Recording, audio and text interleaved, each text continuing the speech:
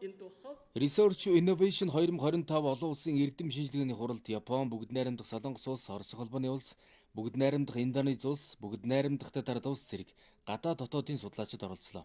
Гол төлөв эм эрүүл мэндийн бүтээгдэхүүний био болон нано технологи, бүтээгдэхүүн хөгжүүлэлт, уламжлалт ангаах ухаан, онол, практик хэрэглээ зэрэг чиглэлээр судлаачид болон оюутан залуус туршлага солилцлоо. Энэ судалгааныхаа үр дүнгуудээр одоо цаашдаа бүтээгдэхүүн хөгжүүлж, хүний сайн сайхан эрүүл мэндийн төлөө бүтээгдэхүүн хөгжүүлэх бас юм боломжууд нь бүрднэ гэж бид нар харж байгаа. Ингээ олон улсын хамтын ажиллагаа бас илүү өргөжнө гэж бид нар бас харж байна.